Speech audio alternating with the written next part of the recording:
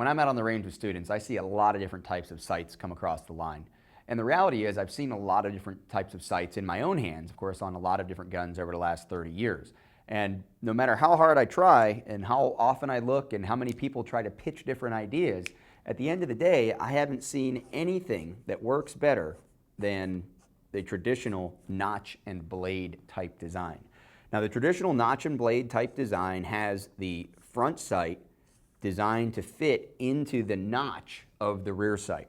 So what you end up with is, of course, you have to excuse my lack of artistic ability, but what we want is sights that are even across the top, and we want equal amounts of light on either side of that front blade inside of the notch. Now that terminology, notch and blade, really is a little bit antiquated. If you think about a traditional old style rear sight, it would just be a very thin piece of metal, and you'd have kind of an arch or maybe an angled piece of metal out towards the front of the gun. And that would be considered the blade, and in this thin piece of metal there would be a notch, and that notch is where you put the blade. And of course you try to get this sight alignment, sight picture. Now over time, what's happened is the blade at the front of the gun has become much larger and much more pronounced in defensive pistols. So you now have what is much more like a block or a square, which is appropriate because we also have had the notches become more defined, better 90-degree angles on all the points of the notch, and they've become wider.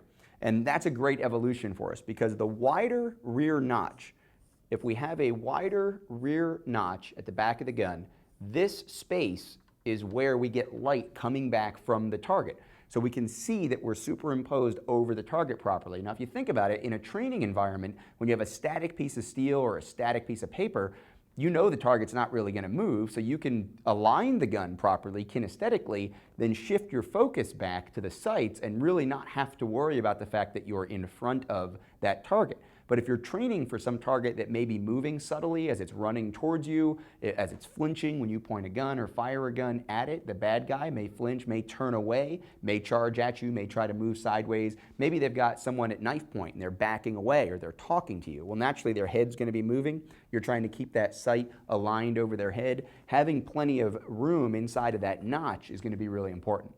The reason that we want a thicker front sight, the reason we want a thicker blade is obviously that'll give us more surface area for light to reflect off of for us to see. So we can focus easier on it because it's going to be larger, having good, well-defined 90-degree angles, again, sharp edges. And in the case of what I prefer, the way we designed the sights that I came out with Ameriglow, they use a square on the front, not a circle, not a dot, not an oval, not a triangle. We actually have a colored-in square, the Luma Square design, that I chose to partner up with the wide rear notch of our claw sights because the square aligns, again, with good 90-degree angles inside of the notch of the rear blade.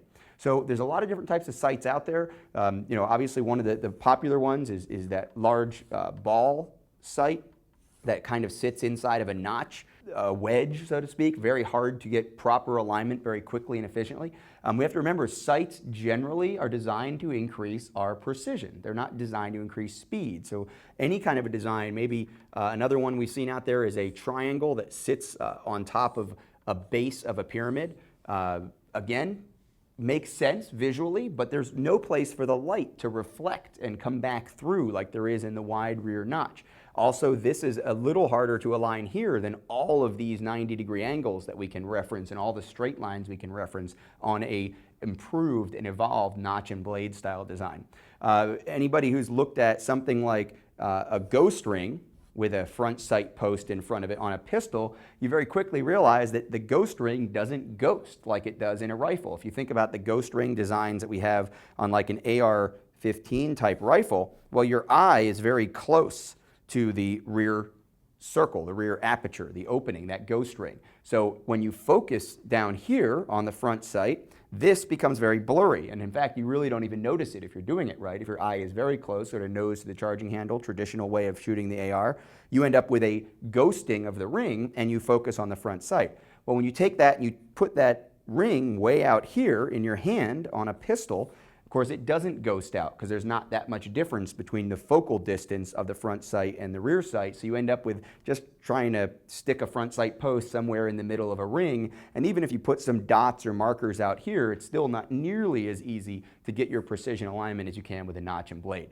So when we advocate notch and blade, it's not because we haven't tried, it's not because we haven't looked at other things. We've just really seen so many failures in the hands of literally thousands of students over a couple decades that notch and blade is what we keep coming back to. And for personal defense, I recommend a bright, wide front sight, preferably with a square, and a wide rear notch, preferably blacked out so that you can really pick up that front sight sharply and see the light reflecting off the target on either side.